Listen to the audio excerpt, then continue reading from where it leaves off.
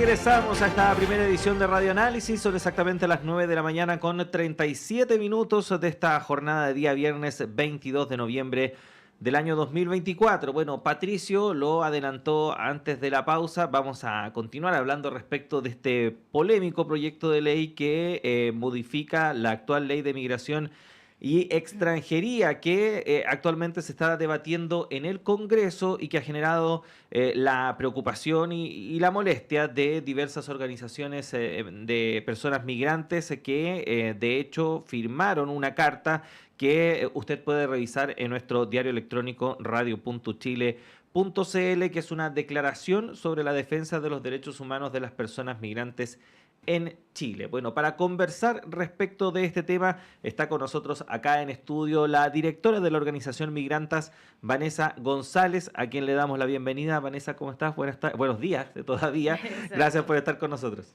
Bueno, muchísimas gracias por la invitación. Estamos muy contentas de poder hablar un poquito, ¿no? De qué nos referimos en esa declaración también, ¿no? Sí, pasemos al tiro como a modo general, ¿no? ¿Cuáles son las principales preocupaciones que tienen ustedes respecto de este proyecto de ley?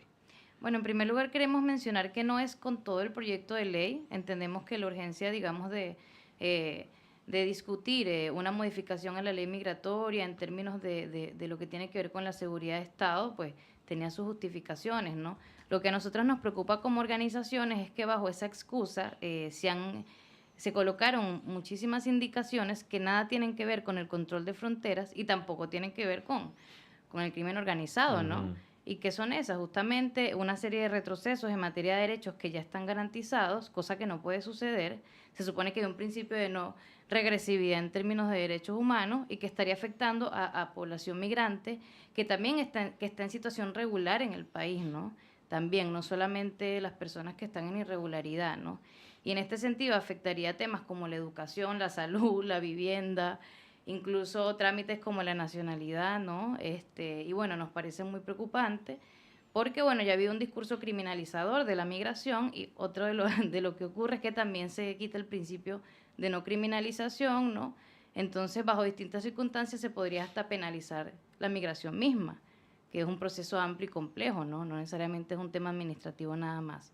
Entonces, allí, como para dar un marco general, ¿no? De lo que ha estado ocurriendo. Antes de continuar revisando en detalle cuáles son las principales aprehensiones que tienen ustedes respecto de este debate, ¿se esperaban ustedes que esto o que estuviésemos hablando de esto en esta administración? Lo pregunto porque en la administración pasada del expresidente Sebastián Piñera se vivió un momento muy complejo en materia de migración respecto de la forma en la cual dicha administración estaba abordando el tema y las decisiones que se estaban tomando al respecto. Y había mucha expectativa acerca de que en esta nueva administración hubiesen avances en materia respecto de lo que ustedes estaban demandando desde hace ya bastante tiempo. Pero estamos hablando ahora de un proceso incluso regresivo, como tú estás comentando. ¿Se esperaban algo así? O sea, quizá no esperábamos que continuara con la misma fuerza, o incluso que se denegaran o que se retrocedieran derechos, ¿no? Pero ¿qué fue lo que sucedió, no? Esto es como una continuación de la política del gobierno anterior en materia migratoria, pero además mucho más intensificada, porque además en los últimos años se ha consolidado, y corro el riesgo de decirlo, pero se ha consolidado una violencia política hacia la comunidad migrante, porque cuando estamos hablando de que hay medidas que afectan a la comunidad que ya está en el país, ¿no? Con todos sus papeles al día, regularizada, que contribuye de diversas maneras, ¿no? Y aún así se ve afectada por estas medidas, entonces nos estamos preguntando qué es lo que está pasando, ¿no? Y cómo hay un estigma hacia la migración que ya es derechamente negativo, ¿no? Y que ya no tiene que ver nada más con el tema de la seguridad. Y todo lo pasan como que si fuese por temas de seguridad, ¿no? Y no es así. Entonces nos preguntamos qué es lo que está pasando, ¿no? Y por qué se está permitiendo esto, que es lo más grave. Vanessa, en la declaración que firman todas estas organizaciones, también algunas personas naturales, especialistas en la materia, se muestra una especial preocupación respecto de la situación de niños, niñas y adolescentes. Cuéntanos un poco por qué ese foco que quieren ustedes instalar. Sí, porque bueno, también se discutió en la ley de presupuesto, ¿no? Pero bueno, justamente varias de las modificaciones que se establecieron, ¿no? Que nuevamente no tienen nada que ver con el control de fronteras, era, digamos que quitar el carácter de vulnerabilidad, ¿no? Sabemos que hay distintas comunidades que tienden a ser grupos de especial protección, ¿no? Y que justamente por ser grupos de especial protección que pueden tener riesgos o amenazas sobre su vida, entonces obviamente se les considera, ¿no? Con respecto al acceso a ciertos derechos, ¿no? Uno de estos grupos son los niños, niñas y adolescentes, ¿no? Pero además niños, niñas y adolescentes que se encontrarían en situación migratoria irregular o sus padres, ¿no? Ya que actualmente sí se pueden regularizar la niñez, ¿no? Pero estando en familias en situación de irregularidad, pues obviamente tienen distintos riesgos, incluso a poder ser expulsados, ¿no? Junto con sus padres, que ha pasado y que eso sí es ilegal, ¿no? Entonces, en ese sentido, están las medidas como en el tema de la educación y salud. Por ejemplo, ya no sería una prioridad. Cuando dicen que no es una prioridad, es que existirían muchas más barreras de acceso a la salud y a la educación. A la salud con respecto a personas que tengan que enrolarse en el registro civil antes de poder acceder a la salud, ¿no? Lo cual es como que ni siquiera sabemos cómo se puede implementar aquello, ¿no? Porque si ya hubo un proceso de empadronamiento, ¿no? Donde ya hay un registro de las personas que están en situación irregular y nada ha pasado luego de eso, ahora que exijan que las personas tengan que hacer un trámite engorroso solo por el acceso a salud primaria, ¿no? Entonces, claro, eso pone una barrera porque entonces no sería prioritario atenderlos, ¿no? A las personas migrantes en situación de irregularidad sobre todo, ¿no? Y eso con respecto a la educación también sucede así, ¿no? Sabemos que hay distintas situaciones con respecto al acceso a la educación, de desigualdades, pero no podemos como comenzar a quitar derechos a distintas comunidades solo porque el Estado no pueda garantizar la educación para todas las personas, ¿no? Sino que el problema es estructural y es de otro tipo, ¿no? Entonces, en ese sentido, niños, niñas y adolescentes migrantes que sean hijos de personas migrantes que están en situación de irregularidad tampoco podrían acceder a la educación, no serían prioritarios, ¿no? Entonces eso deja una carta abierta para que se generen una serie de prácticas discriminatorias abiertamente. Es decir, ustedes ya no son prioritarios, entonces ya no le vamos a dar acceso, ¿no? Entonces eso es realmente dramático porque cómo es posible que políticas que igual habían avanzado considerablemente y lo celebrábamos como comunidades, ahora se están simplemente, bueno, quitando, ¿no? Diciendo, bueno, ya no es prioridad, podemos ocupar este discurso, ya que está criminalizada la migración, entonces vamos a comenzar a dejar fuera, ¿no? Pero ese dejar fuera implica una grave vulneración de derechos. Vanessa, hace un par de minutos, en la primera hora del programa, conversamos con el diputado Andrés Celis, que es un diputado de oposición, ahora es independiente, pero hace un par de días era de Renovación Nacional, renunció a ese partido, y trataba de explicar un poco, ¿no? Cuál es su justificación para apoyar un proyecto de este tipo y ponía mucho énfasis en el tema de la migración irregular, que era una forma o una vía, este proyecto de ley para avanzar en tener más, por sí, orden en esa materia. Pero no fue capaz tampoco de justificar por qué se incorporaban otros aspectos que no necesariamente tenían que ver con el tema de la migración irregular. Pero respecto de ese punto, porque sabemos también que hay muchos ciudadanos migrantes que quieren regularizar su situación, pero que por la forma en la cual está estructurada nuestra institucionalidad y la burocracia, en fin, los diversos trámites, no lo pueden hacer. Y supuestamente era algo que se iba a corregir también dentro de este periodo. ¿Cómo han visto ustedes eso? Porque en el fondo se les exige o se les pide cada vez más que regularicen su situación lo más pronto posible, pero aunque lo quieran hacer, hay una multiplicidad de barreras que lo impiden en el fondo.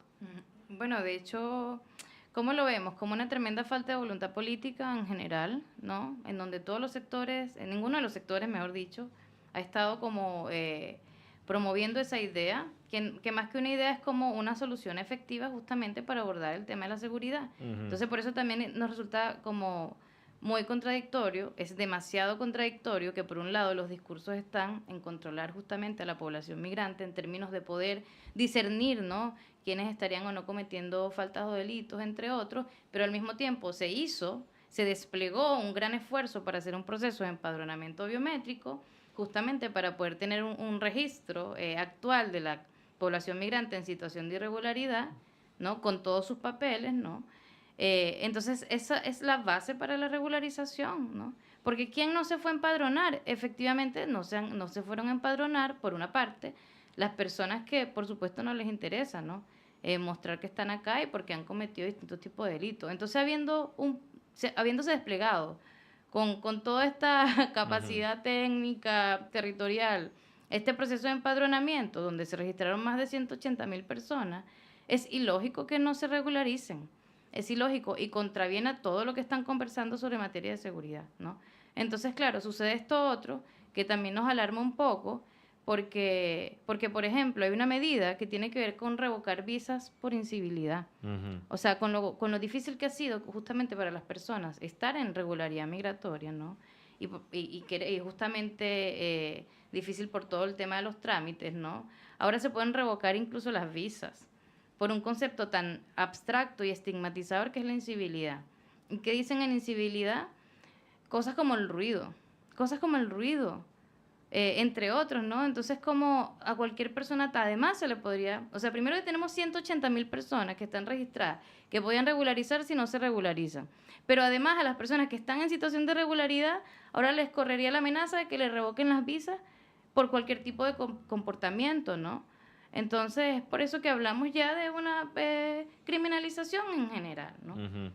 Entonces, todo lo contrario a garantizar justamente una sana convivencia y a garantizar que el Estado pueda tener el control sobre la gente que habita en el país. Ujú. A propósito de eso que comentas, Vanessa, yo tengo una apreciación al respecto. Puedo estar equivocado, pero te quería preguntar qué crees al respecto. Porque a propósito de eso que mencionabas de las incivilidades, entre comillas, también está este hecho que conversábamos respecto de la situación de los niños, niñas y adolescentes, este supuesto privilegio que se daría a los niños, niñas y adolescentes chilenos respecto de hijos de ciudadanos extranjeros. Y da la sensación de que se quiere, por así decirlo, instalar en ley una serie de prejuicios que se vienen discutiendo en el país o que se tratan de instalar por ciertos sectores desde hace ya bastante tiempo, como que hay supuesto una predilección o un privilegio para los ciudadanos migrantes a la hora de acceder a ciertos derechos, como en Claro. este caso sería la educación, la salud, etcétera. El hecho de que al parecer todos los problemas de incivilidades, de ruidos, de basura proviene solamente de ciudadanos extranjeros. Entonces como que se tratan de instalar posverdades vía ley. ¿Crees que va un poco por ese lado? O sea, completamente. Y te lo digo porque ya hemos visto como igual, de hace muchos años, también se han instalado estas, entre comillas, verdades, que no son verdades obviamente, en los medios de comunicación. Y es como que todos los discursos de odio, porque hay que hablar que son discursos de odio también, se quieran normativizar e incorporar en las leyes, ¿no? Y eso es completamente ilógico. Y entonces, ¿qué queremos hacer con la declaración? Y también con las distintas denuncias que hemos tratado de hacer, es hacer un llamado a la sensatez también, porque eh, no se puede, digamos, como, o sea, una discusión que sí es importante para el país, no se puede descarriar de esa manera, digamos que por justamente darle cabida a todos esos discursos de odio, esos prejuicios y esos estigmas que son claramente prejuicios y estigmas, ¿no? Ujú. Entonces, ¿qué están pasando con las clases políticas y por qué están admitiendo que eso suceda, ¿no? Eh, entonces, bueno, hay un tremendo desafío, ¿no? Porque si se supone que también hay discursos públicos, abiertos con respecto a lo que pasa en distintas partes del mundo y también en la región latinoamericana, ¿no? También nos preguntamos por qué eso no se traduce en las políticas migratorias que se están efectuando actualmente, ¿no? Ujú. Eh, entonces es una gran pregunta nuevamente, ¿cómo ha sido una política de contradicción permanente, ¿no? Todo lo que ha sido la temática migratoria y bueno, efectivamente en este gobierno se han retrocedido, se ha retrocedido en materia de derechos y están a punto, bueno, está a punto de aprobarse, la ley miscelánea espera ser votada la próxima semana, pero además paralelamente, y aprovecho de decirlo, además paralelamente se quiere comenzar a discutir este proyecto sobre centros de internación Mm. para personas migrantes con orden de expulsión, que básicamente son cárceles, ¿no? Entonces, si ya sabemos que hay una gran problemática o desafío ya en la propia situación de las cárceles en Chile, ¿por qué estamos hablando de ahora tener nuevas cárceles para personas con orden de expulsión? Y Ujú. te digo, una persona puede tener una orden de expulsión por una falta administrativa, no por haber cometido un delito. Y justamente son familias, son mujeres, son grupos familiares con niños y niñas, ¿no? Y esas personas estarían entonces internadas ahora en un centro por tener un orden de expulsión, expulsiones que además no se pueden ejecutar, ¿no? Hablando sobre lo que ha pasado diplomáticamente entre los países. Entonces, bueno, nuevamente tenemos muchas preguntas y muchas preocupaciones y también hacemos un llamado a que comencemos ya a hablar seriamente del tema y que no puede ser quitar derecho a la solución. Estamos conversando con Vanessa González, directora de la organización Migrantas, respecto de este proyecto de modificación a la Ley de Extranjería e Inmigración. Quería dejar para el final, Vanessa, lo que dice relación con la vulneración del principio de presunción de inocencia, que es algo que es básico en el derecho universal. Bueno, este tema sumado con otros, en el fondo, si es que esto se confirma, ¿ustedes creen que sería factible incluso que Chile quede expuesto o que ustedes puedan acudir a organismos internacionales como para revertir toda esta situación? O sea, va a ser una de las medidas que vamos a implementar si no queda de otra, ¿no? Nosotros hemos estado igual participando en distintas instancias políticas, somos organizaciones que somos responsables justamente como sociedad civil, tratando de conversar con las propias personas, ¿no? Pero si no somos escuchadas, ¿no? Y si efectivamente se aprueban medidas que contravienen la Constitución y tratados internacionales, esa va a ser la vía que vamos a ocupar, ¿no? Porque no podemos permitir que estas cosas ocurran, ¿no? Como comunidades en general dentro de Chile. La declaración que está disponible en la web justamente fue firmada por más de 100 organizaciones y no solo migrantes, sino organizaciones de la sociedad civil que están conscientes del contexto que vivimos actualmente, no solo en Chile, sino en el mundo, y que apuestan también por construir otras maneras de hacer política en conjunto con las comunidades que han migrado también, ¿no? Y bueno, sobre eso era justamente específicamente que incluso desde la Subsecretaría de Interior se podrían expulsar personas aunque su proceso judicial no se haya terminado. Entonces estamos hablando de que una persona que ni siquiera ha sido condenada, o sea, ni siquiera ha sido juzgada, puede ser condenada, ¿no? Justamente sin presunción de inocencia ni nada, y expulsada del país antes de que termine su proceso judicial. Entonces aquí estamos hablando, bueno, o sea, si ni siquiera vamos a hacer cumplir la ley que existe y desde la justicia, ¿no? Porque por lo menos cada quien tenga su justo proceso, entonces ya no sé en qué vamos a parar como comunidad, ¿no? Si cualquier cosa se puede permitir. Vanessa González, directora de Organización Migrantes, agradecerle que haya estado con nosotros acá a esta hora de la mañana. Que esté muy bien. Muchísimas gracias. Y bueno, son las 9 de la mañana con 55 minutos. Con esta conversación despedimos esta primera edición de Radio Análisis. Muchas gracias por habernos acompañado. La invitación es a que siga junto a nosotros. Ya llega Antonella Esteves y Semáforo a las 13 horas a la segunda edición de Radio Análisis con el resumen completo de la jornada. Y especialmente las y los invitamos para que este domingo esté muy pendiente a la programación de Radio Universidad de Chile, porque tendremos una transmisión especial por las elecciones de segunda vuelta de gobiernos regionales. Vamos a estar en la mañana con toda la previa respecto de lo que va a ser la votación, y hacia la tarde, a eso de las 18 horas, cuando ya empiece el conteo de votos con todo el análisis, conversaciones, reflexiones, los resultados en directo respecto de aquellas regiones, porque recordemos, no son todas, aquellas 11 regiones en las cuales se va a llevar a cabo este balotaje. Así que acompáñenos este domingo porque vamos a estar muy pendientes respecto de ese tema. Y el lunes, una nueva primera edición de Radio Análisis desde las 7 de la mañana. Que tengan un buen fin de semana.